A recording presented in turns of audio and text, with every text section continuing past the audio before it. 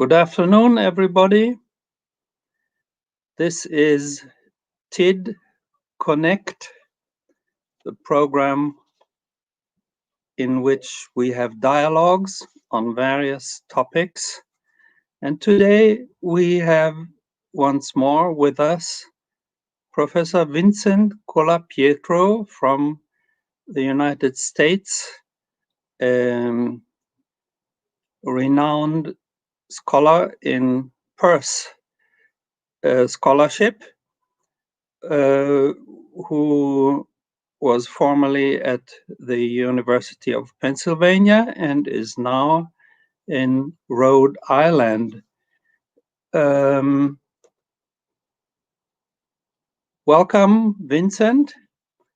We are pleased to have you and thank you in advance for sharing your ideas with us. Today's topic is somewhat embarrassing. What is the semiotic self? Why is this question embarrassing? Because of this book, which you wrote, let me put it this way, which you wrote and which was translated in 2014 under the title First e Abordagem do Self into Portuguese. Well, the book itself, of course, is not embarrassing, on the contrary. But since you published it in 2014, everybody should know by now what the semiotic self is.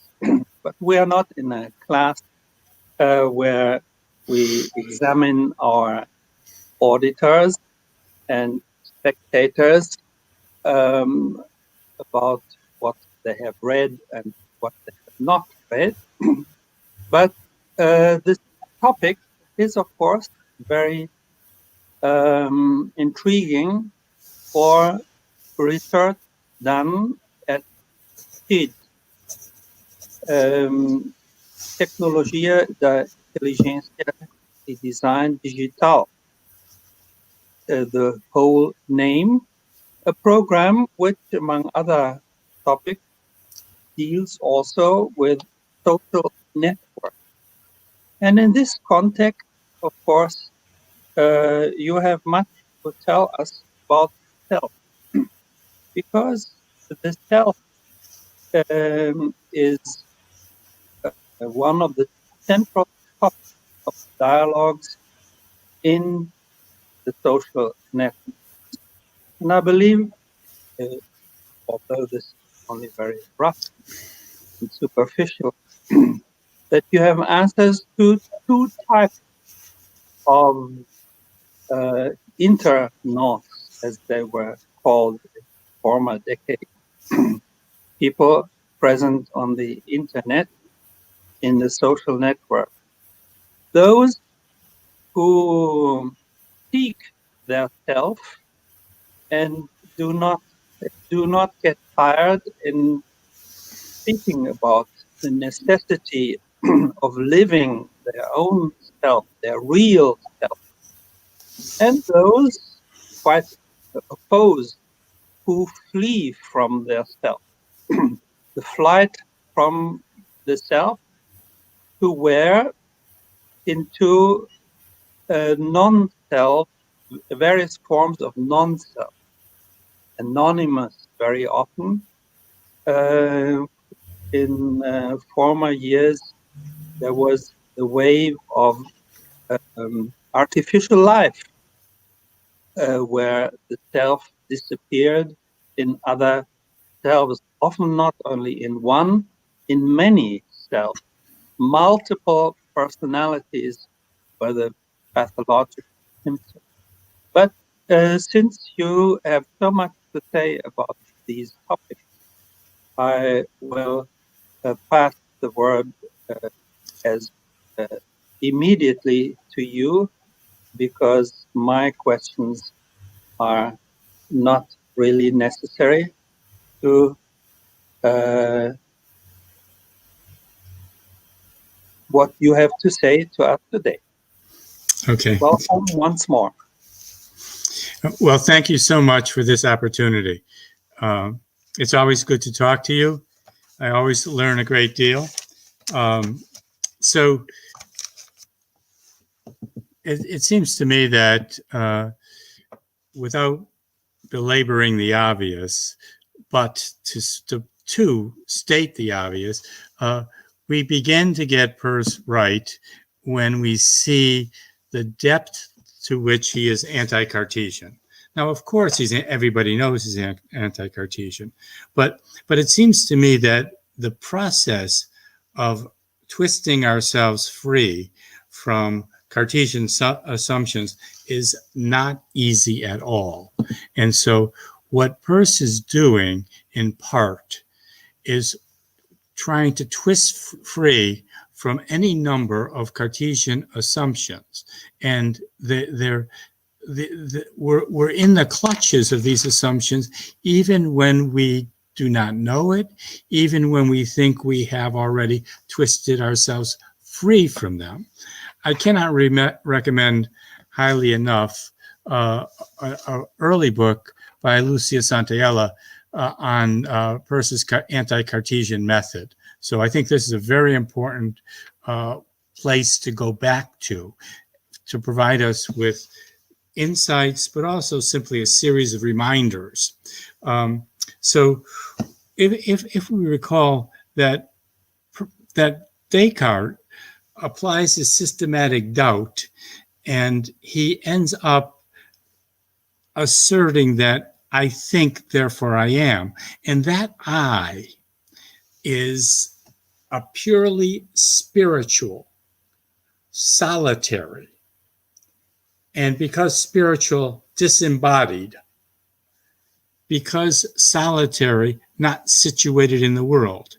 Now, if you take all of those assumptions about the self and reverse them, you start to move in the direction of the Peircean self. The self is not solitary or monological from a Peircean point of view. Much rather, it is essentially dialogical and communal. The self is always already, to use Heideggerian language, is always already linked to, in intimate, intricate, multifarious ways, to others. The self and the other cannot be ripped apart. And the self is fully embodied for Peirce, and the self is situated. We do not begin inside our consciousness and then are forced to find a way outside of our consciousness. Peirce is very emphatic. He was as emphatic as Heidegger was decades before Heidegger. We are beings in the world. We don't begin in our own minds, in our own consciousness. We're in effect thrown into the world by virtue of our sign-using, sign-interpreting capacities. So it seems to me that we just reverse these fundamental assumptions. Situated, embodied, social selves. Now, the self is not given. So what semiosis brings, or we might say what a semiotic perspective brings to the task, is both a synechistic and a processual perspective. That is to say, continuity and process. The self is not given. The self is in a continual process of self-constitution. There's something paradoxical here, because how can a being which in some sense doesn't exist make itself into an existent? How can this do we not have to presuppose the very existence of the self to make sense out of the self? And Peirce says no. All we have to presuppose is the reality of signs. The reality of signs. Selves grow out of semiosis. Signs are not dependent for their existence on a established self or mind. Much rather, minds and selves are dependent for their existence on complicated, evolving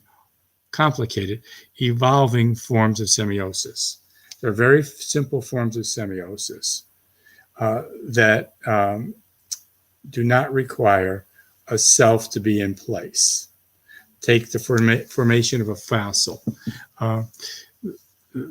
There's no mind, there's no self that accounts for that formation. The fossil is a sign that takes place by unintentional natural processes. Eventually, things evolve in the direction of consolidation and solidity and complexity, such that there can emerge loci of self-control. So the thing that I want most to stress is that when in the early papers in the cognition series, Peirce stresses that self-knowledge, our knowledge of our own individual singular selves, emerges because we need to explain error and ignorance. The self is a hypothesis. It's a hypothesis put forth in order to explain error and ignorance. Errors are forced upon us. The organism with little or no self-consciousness, self-awareness, makes mistakes, and some of these mistakes are extremely painful. The organism, the human organism, comes to understand that there are limits to its own understanding. So, and there are gaps in its own knowledge. So, how do we explain error and ignorance? By positing a locus, some site wherein error and ignorance reside. And that in the first instance is the self from a Peircean perspective. Now, that's only the first step. That's only part of the story. So at the very conclusion of the second essay in the cognition series, that second essay being entitled Some Consequences of Four Incapacities. The first being certain questions claimed for certain faculties claim for man. But the second one is the one that I want to call, so at the very end of this essay, he ends up quoting Shakespeare. He quotes Shakespeare's Measure for Measure. But before he quotes Shakespeare, he says in his own words, and let's just very carefully read this text, because it offers us a bridge from the self conceived as a locus of error and ignorance, a bridge from that conception to the view of the self as a center of power and purpose. And Peirce holds both of those, right? Selves are loci of errors and ignorance, but in addition, selves are centers of power and purpose. Here are Peirce's words, and I'll read them before I read Shakespeare's. The individual man senses separate existence. Senses separate existence is manifested only by ignorance and error. And then he adds several qualifications.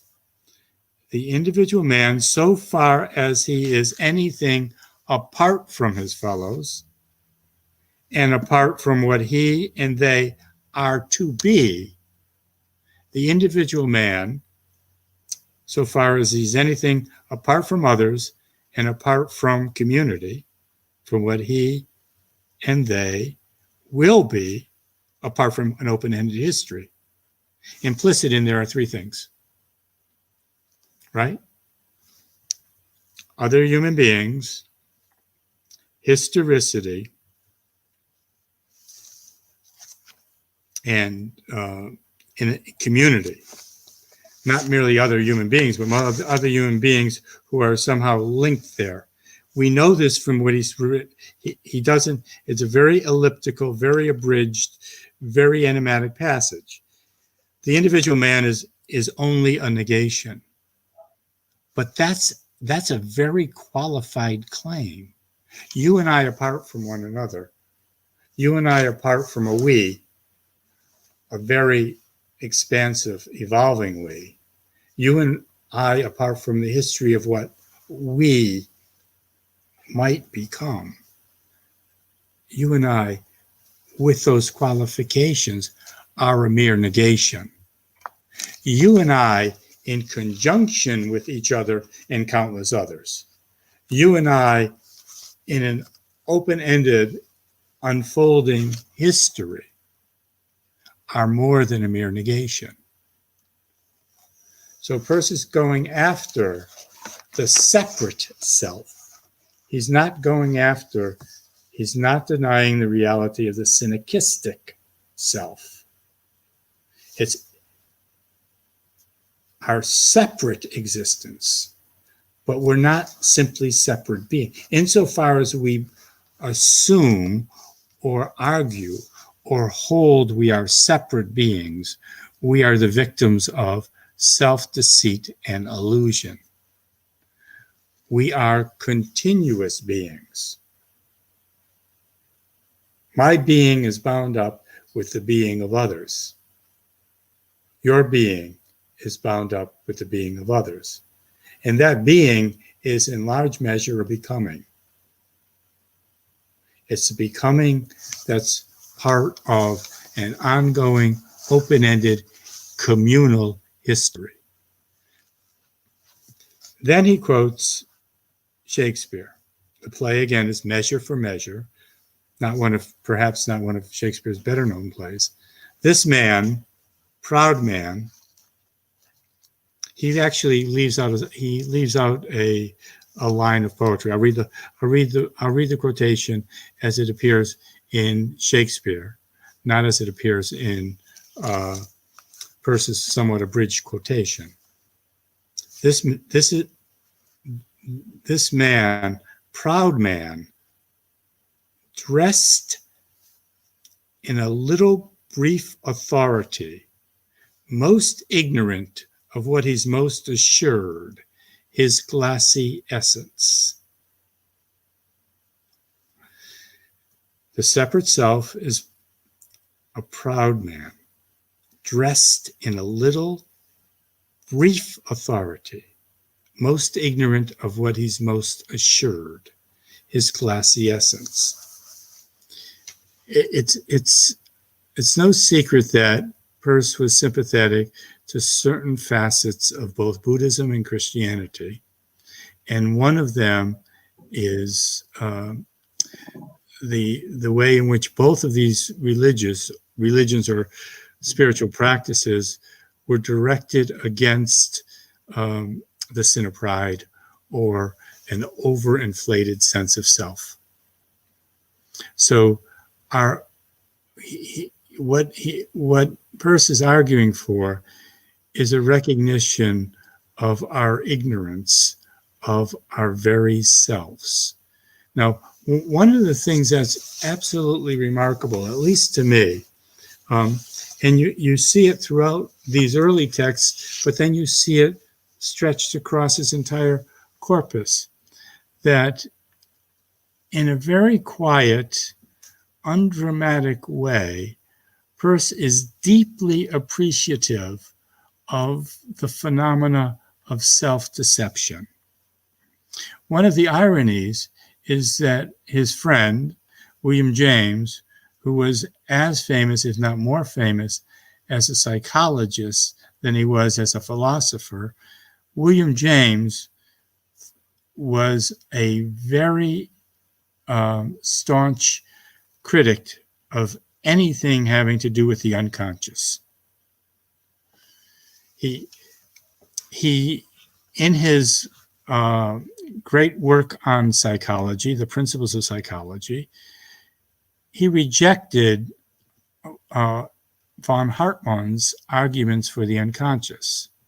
He thought they were extremely weak. They were really quite untenable. Peirce thinks that von Hartmann's arguments go through. That he wrote a massive book in the 19th century, The Philosophy of the Unconscious. It went, by the time Peirce read it, it went through about 10 or 12 printings. By the time James read it as well. So Peirce has a robust understanding of the unconscious, and he's at odds with his friend, the psychologist William James, regarding this. So that text from Shakespeare is very most ignorant of what we're most assured. So self-knowledge is not a given. Self-knowledge is an achievement. Self-knowledge is something we win. And we win against tendencies towards self-deceit and self-distortion. So there's something deep and multi-layered about the self.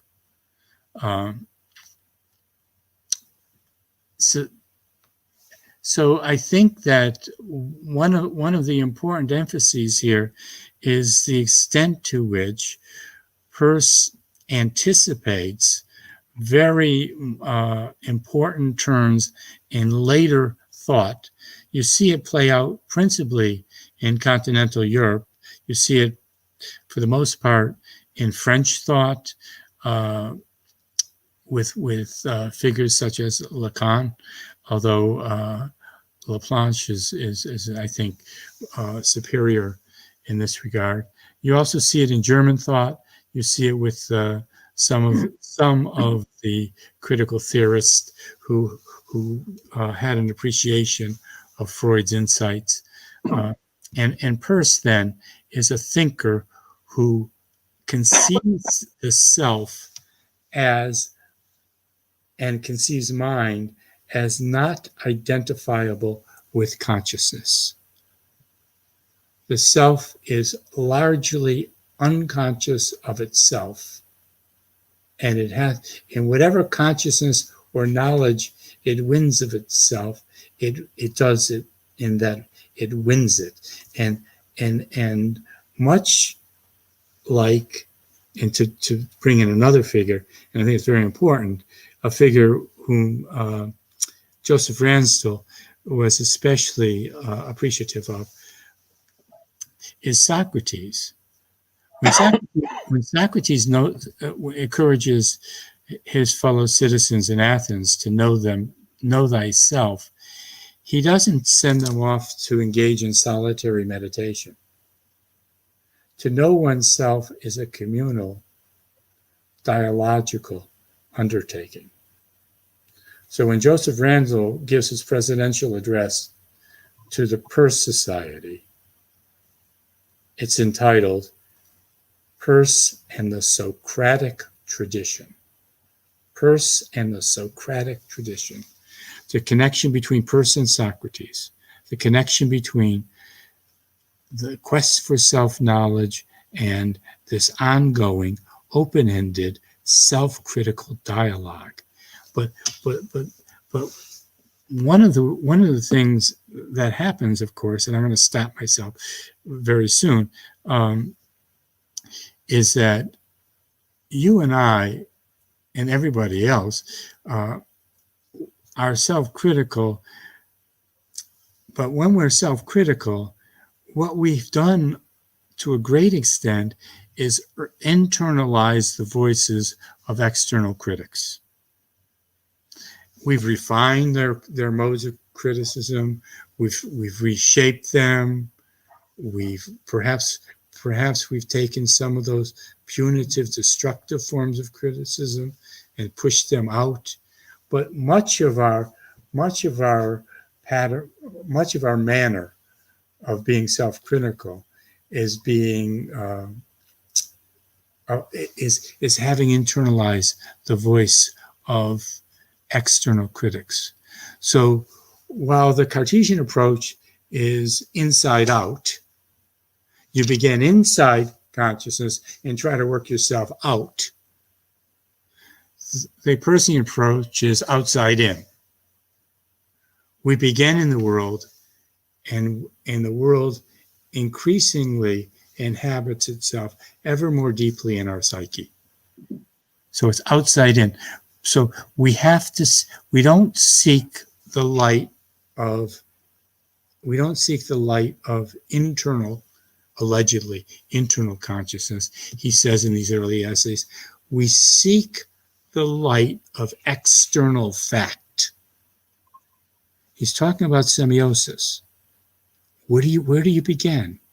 You begin with, yes, signs are instruments of thought. They are the means by which the self addresses itself and thinks, right? Which goes back to Plato. Thinking is the soul conversing with itself. But the soul learns to converse with itself because it's conversed with others. It began with a dialogical engagement with concrete other human beings, sign-using animals, and then and only then did it internalize this.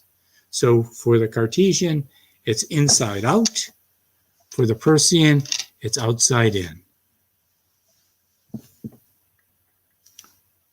Take whatever you want and push back, or yes, I am sure there will be many questions, but perhaps I may take the opportunity of asking a few first, without abusing my privilege of having you so close. This sign, is it ours, or whose sign is it? Is it myself who has this sign? This sign, yes. In other words, the language. yes, Jameson, in 1972, wrote this book, The Prison House of Language.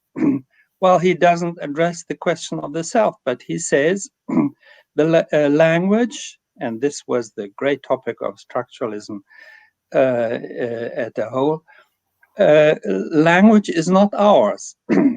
So there is no self in structuralism either. What would you say about that? Right. So there clearly is there's clearly no self in structuralism.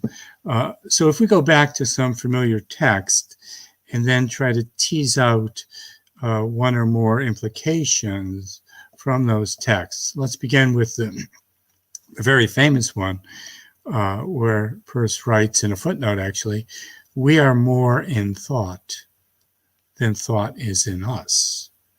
And of course, if thought is semiosis, then we are entitled to translate that. We are more in signs than signs are in us. Now, it seems to me that the prefix co is absolutely critical, and it captures something very important. Inquirers turn out to be co-inquirers. I inquire with others, right? There's cooperation. So I operate, but I operate with others. So the prefix co in English and in other languages as well, it is absolutely crucial. So the relevance of that here is that there's something properly designated co-ownership. And there are actually 2 points I most want to make in this connection in response to your question.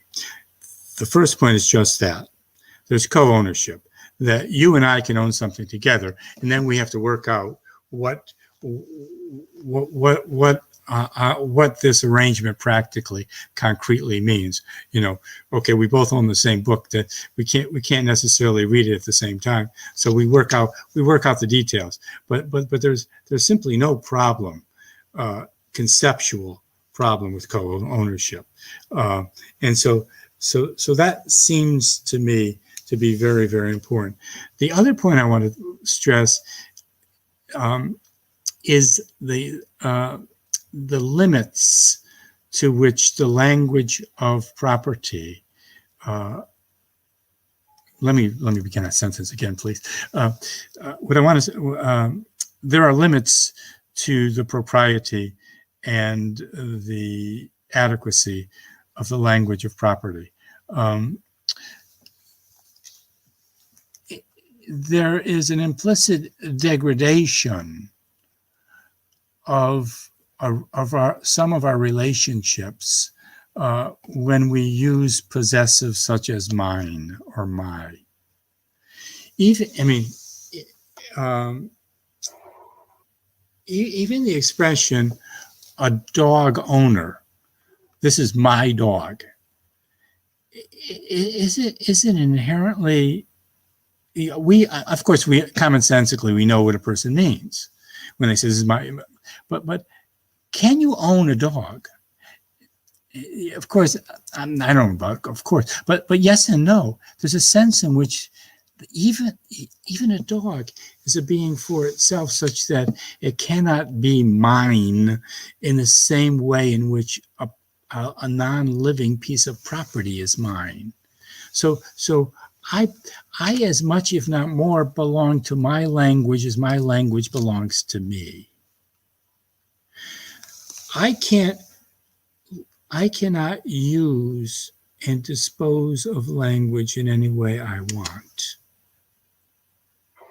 Peirce is very clear. Only those people who revere, he uses the word reverence. Only those people who have a reverence for language are in a position to reform language. So language is not something I can just use in any way whatsoever. Language is something to be approached with a degree of deference and even reverence. It's not a mere tool. It's something that's constitutive. Another famous quotation, right? Language is a sum total of myself.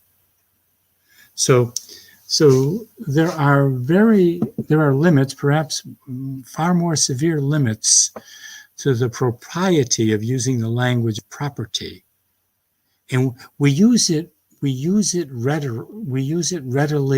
and unreflectively, and in doing so, we might be degrading any number of relations we're talking about. I clearly do not possess language in any simple, straightforward sense. My language is always more than mine.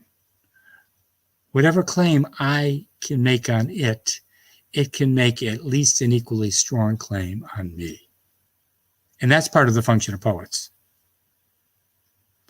Part of the function of poets and literary artists in general is to remind us in vivid, memorable ways just how sacred,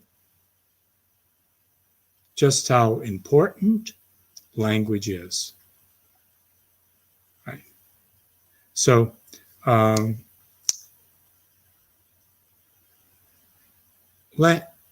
language is no prison house. Mm-hmm. I think language is a mode of access, a flexible, infinite, variable mode of access to anything and everything. Mm-hmm. Well, of course, the topos of the prison house, the metaphor of the prison house, is also somewhat un-Persian in the sense that it was coined by people who believe that our language does not allow us to express certain ideas. Right. But if these ideas cannot be expressed in one language, can they ever be expressed in any language? Peirce would deny that. But this is a new topic. Let me thank you for these clarifications, which are very much to the point, and ask one more question, because I believe we have the time before we open the floor. Individualism. Peirce speaks badly of individualism and attacks James, who was very much in favor. I believe James was much more American than Peirce, because the American Constitution contains individualism as a right. So was Peirce an anti-American thinker, is my last question. Yeah.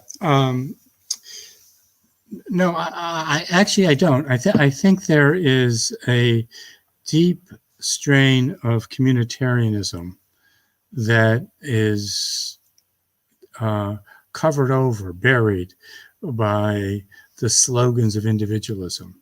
The very Constitution to which you refer begins with "we the people." And what Peirce is trying to do is establish the reality of the we. And again, he's very, very Hegelian. There is no we without I, and there is no I without we. So yes, on the surface, Peirce seems clearly to cut against the American grain. He seems clearly to be at odds with such radical individualists as William James. But the truth of the matter is, James was much more of a relationalist than some of his individualistic rhetoric would allow us to see, or to see easily, right? So we the people, there are these all important human endeavors are essentially, not incidentally, not contingently, but essentially communal undertakings. Science, the knower is not the individual in isolation from others. It's not the self separate from others. The subject of knowing is the community of inquirers over an indefinite span of human history. So what's true of the scientific community is true of the community of worship, religion, is the community of those devoted to ensuring individual rights. Private property is a social institution. It is a communal, it's a complex set of communal practices. And without those protections, private property would not exist. So Peirce is actually not, although it's easy to see why one might think so, he is actually not un-American. He's trying to get at something deep in the American character that has struggled to articulate itself and has failed up to the present time. So it is precisely the reality of various forms of we, the religious we, the community of worship, the scientific we, the community of inquirers, the political we, those individuals who are bound together by their commitment to ensuring, there's nothing paradoxical or contradictory here, ensuring individual freedom. Of course, then there are any other number of other communities, the familial we, the cluster of friends, the conclusion of his review of the critical edition of Berkeley is precisely there, right? He says, the question of nominalism versus realism is at bottom the question of community. Whether community is just a contingent cluster of ultimately disconnected beings, nominalism, only individuals are real, or realism, that despite the irreducible differences among individuals, and they are irreducible and they are important, nonetheless, despite the irreducible, important, countless differences among individuals, there is nonetheless the possibility of we. We can constitute ourselves as a community and institute practices stretching across time, and even conceive forebearers who wouldn't necessarily think of themselves as Pythagoras, as part of the scientific community. So, go on, please. Yes. No, I just wanted to take the opportunity to open the floor, because we is now open to our spectators, auditors, and guests. So, Luis Philippe, here is the first question. You read it yourself, I think. Okay. But perhaps for the register of this dialogue, what is the bridge between error and powerful self? Which is the secret? Okay, very, very good. So we come to a knowledge of ourselves in the first instance as a locus of error and ignorance, but we do not stop there. What we appreciate, and the French phenomenologist Maurice Merleau-Ponty stressed the notion of I am able to do something, right? So as embodied beings, we're not simply passive or receptive or reactive. We are, the baby sees the flame and reaches for it. The baby sees the ball and tries to, and implicit in the actions of the active, energetic, imaginative, embodied self is this imperative. I can do that. I can, and it drives the child to crawl, to walk, to talk, and we're continually engaged in these processes of self-overcoming, and this is a gesture towards our later discussion, and it's the acquisition of habits and competencies, right? We develop the capacity or the capability to walk, to talk, to gesture. And so we come to see ourselves as something more than a locus of error and ignorance. We come to see ourselves as a center of power and purpose. I have the ability to use language that makes my desire known to the other. I have the ability to crawl across the floor and get the object that's enticing me to put in my mouth or grab with my hands, right? But it's not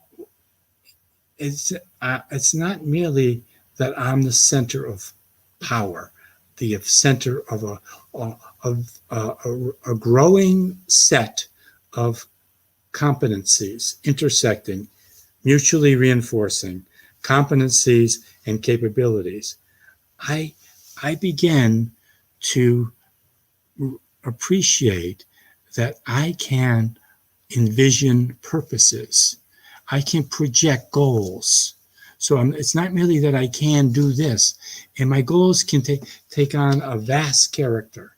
I can devote myself to a community of inquiry that and make a very small contribution to it.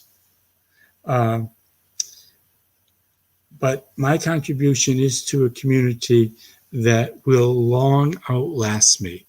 I will die before I am in the position to see what, if anything, was my contribution to that community.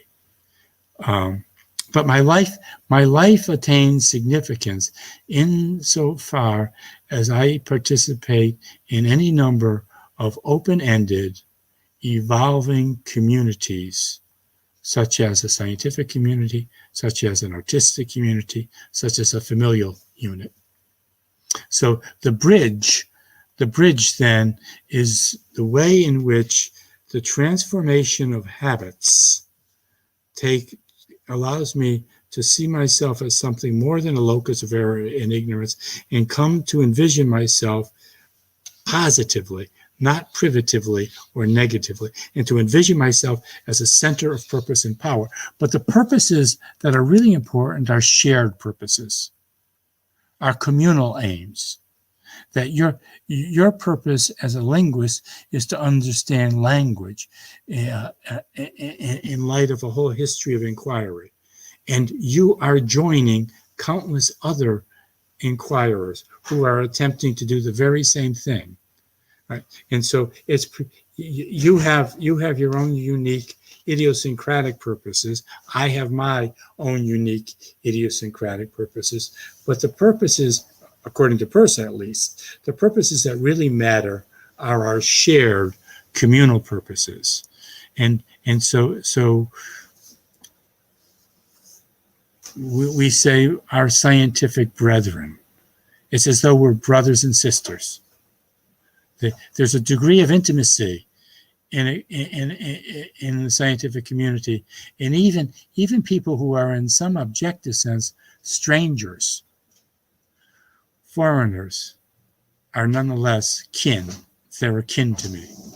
And the scientist has a deep sense of kinship whenever that person meets somebody with an experimental cast of mind. So the bridge is the transformation of habits and competencies in the direction of a vision of ourselves as a center of purpose and power. And the secret then is the way in which self-consciousness, self-criticism, and self-control evolve out of our communal practices. That's the secret to the self as a center of power and purpose, as I see it. Mm-hmm. Thank you very much. This is the point where we can expect the next question. Fernando Andacht, de Montevideo. Vincent, how do you link this co-prefix with the notion of comments without a T, comments? This common mind of com-interpretant through which communication as an ideal takes place. Oh, that's wonderful. Thank you, Fernando. And thank you, Lucia, for the previous question. Equally wonderful. So obviously, there are radical, irreducible differences between you and me, between you and every other being. But if we stay at the level of secondness, and if all we see is self and other, in which the other is always radically, unbridgeably other, we can't make sense out of the most fundamental fact of human existence. That fundamental fact is communication. With all of its distortions and all of its misunderstandings, we somehow, to some extent, in some ways, manage to communicate with one another. And it is no unimportant or meaningless expression, to speak directly to Fernando's question. It's no idle, unimportant, or meaningless expression to say that you and I, on some questions, are of one mind. We have a shared understanding. That shared understanding can be so deep and pervasive as to legitimate the expression that we have a common mind. There's nothing necessarily mysterious or esoteric about this. This just means that your habits of attunement to the habits of the world and my habits of attunement to the habits of the world are, for many practical purposes, virtually identical. So, for all of our individual irreducible differences, there is the reality of community. And the reality of a community extends to commens, to shared understanding, to a degree that warrants the expression, a common mind. We are of one mind. On this point, it always has to be qualified, right? We're not of one mind in everything and anything. But there are things about which we are of one mind. Mm-hmm. Well, Luis Philippe, dogs, cats, and monkeys have mind, question, and language for first? Yes, yes, and yes. Yes. So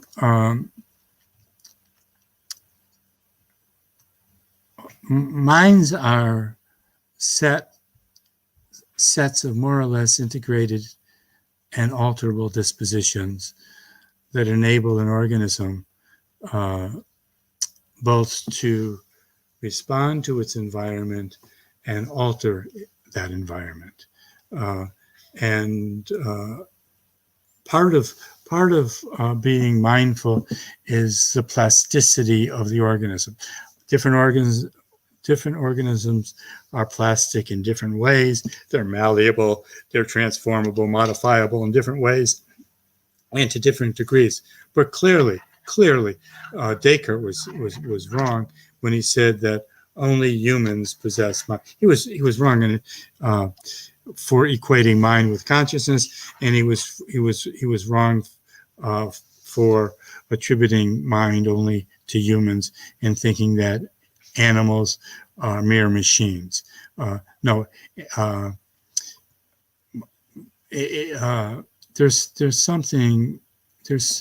the degree of estrangement from nature that would lead one to refuse to attribute mind to a dog or a cat.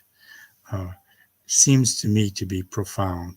We are only a being really estranged from the natural world could say such a thing as that.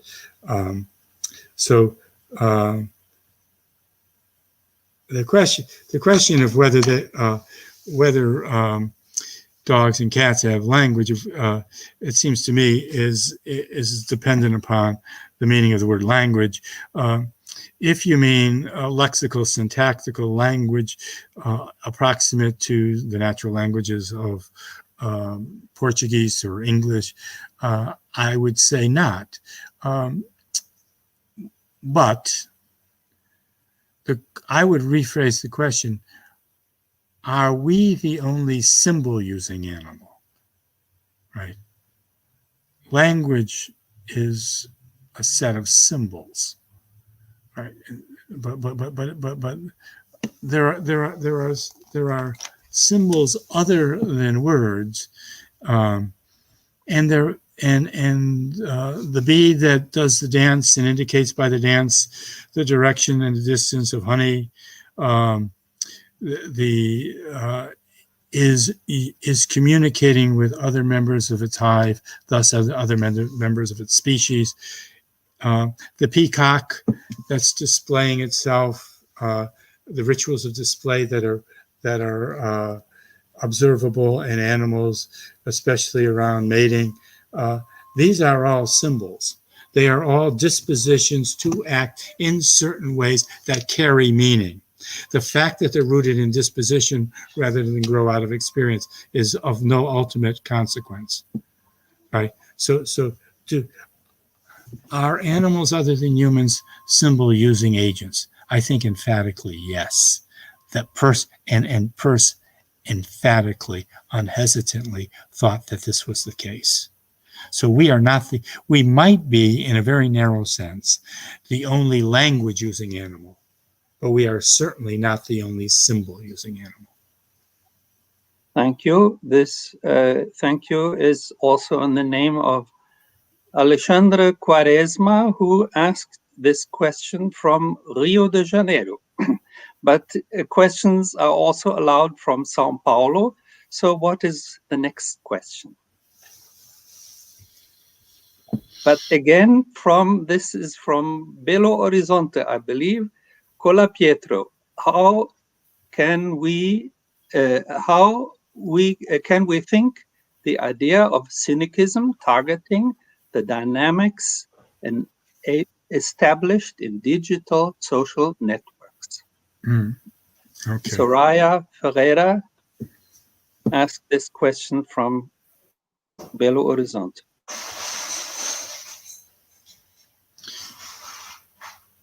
No, from Juiz de Fora. Sorry. Okay. So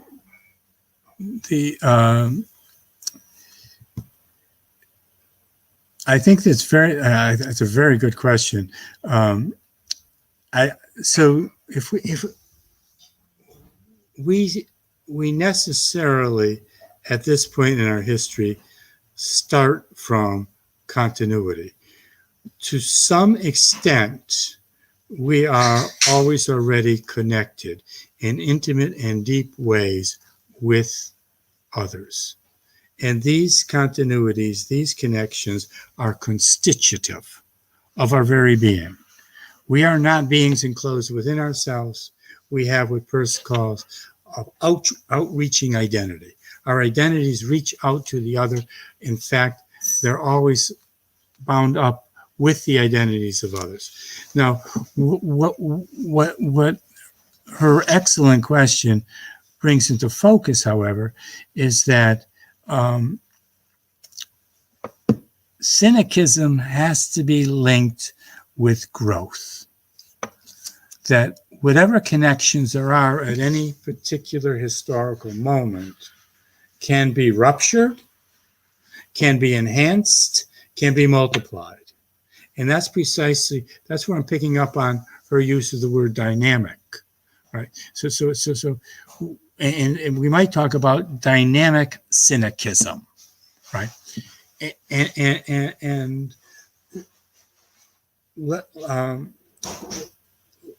let me make 2 points. I hope to maybe be able to make 2 points.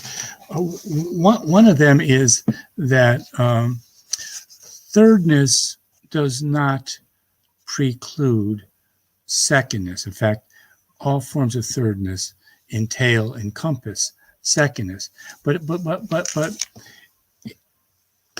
the emphasis upon rupture and disruption that is true of, importantly true, insightfully true of some post-structuralist thought, and I think of Foucault here principally.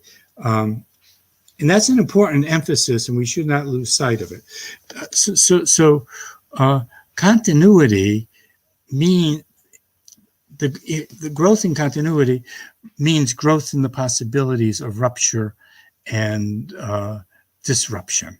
So the fact that it doesn't mean that we're necessarily easily automatically evolving in the direction of ever greater, deeper harmony. It doesn't mean that at all. The growth of thirdness might carry with it the growth of the possibility of ever deeper conflicts. The more the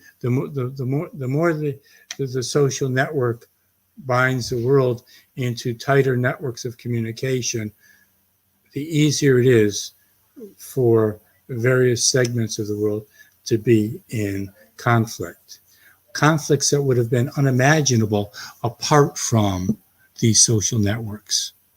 The growth of thirdness carries with it the growth of the possibility, not the inevitability, the possibility of rupture, disruption, chaos, conflict, various other forms of secondness. So I think that's a very important point to stress. And then to go back to another point, I think the stress has to fall on dynamic continuity in which it's open-ended, right?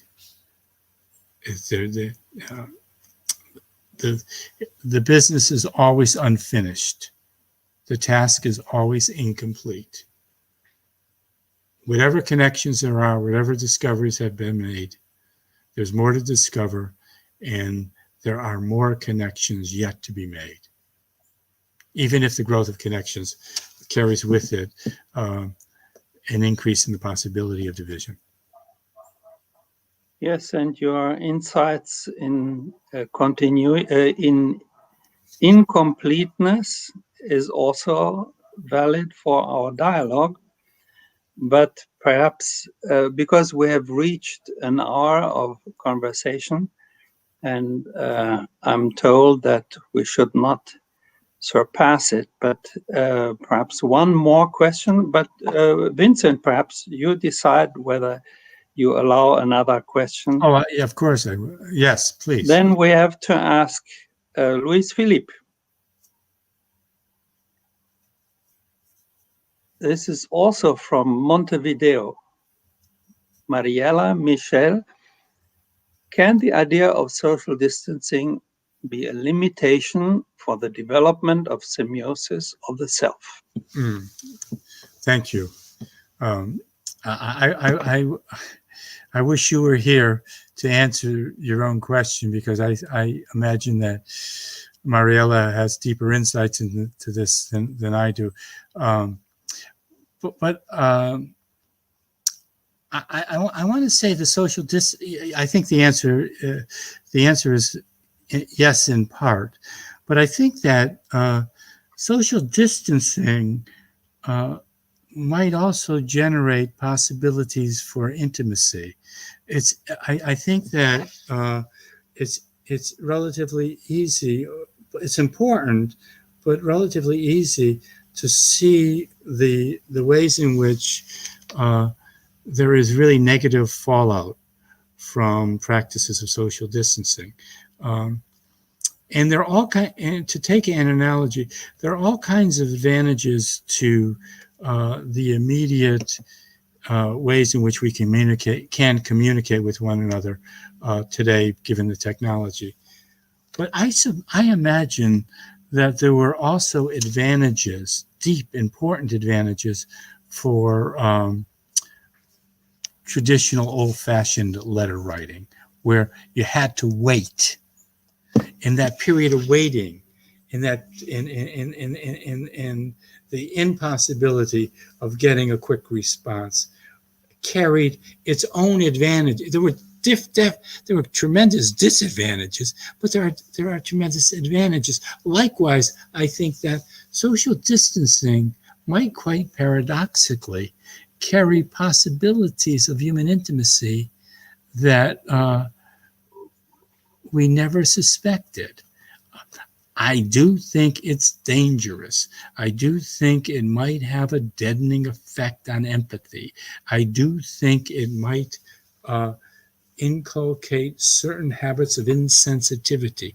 I do not doubt the dangers, but I don't want our concern with the dangers to blind us to the possibilities of enhancements. So somebody might lose their sight, and that would be a tragic loss. But in losing their sight, they actually gain access to more acute sensitivity via their other senses. So something analogous might happen here. Social distancing might hold possibilities for forms of human intimacy we do not suspect. Mm-hmm. Thank you. What is the situation, Luis Philippe? Do we have a long list of questions, or are we close to the end?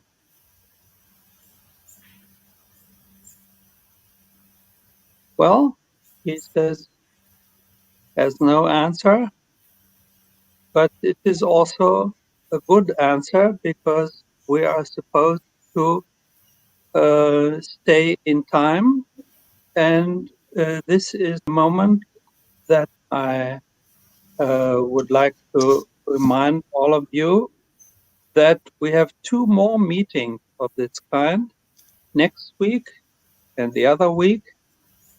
Next week on the topic, challenging topic, how can we change habits? Very difficult question. And the last 2 weeks from now will be on why can sentiments be logical, which makes a connection to our previous meeting on cognitive semiotic, the branch of study in TID. But for today, we are very grateful to Professor Vincent Colapietro for having dedicated his time and his brilliant ideas on this very topical question, a hot topic, as people say. And I don't want to have the last word. I've passed the last word to himself, if he has any. My last word is once more, thank you so much for your ideas today. Well, let me return your expression of gratitude, the gratitude, and let me also issue an invitation. If questions come to folks, please have them email me and forward those questions. The life of the mind is first and foremost the honest confrontation with deep, difficult questions, and we need each other to hold each other honest. We're not honest thinkers unless we're challenged by others to be more truthful with ourselves and more thoughtful about what we hold. So I welcome this opportunity. I enjoyed it, and I thought the questions were spectacular, and I look forward to our future dialogue. Thank you, and thanks once more to Luis Philippe for the technical link between us, and Lucia Santala for organizing this sequence of dialogues. Goodbye then. Goodbye.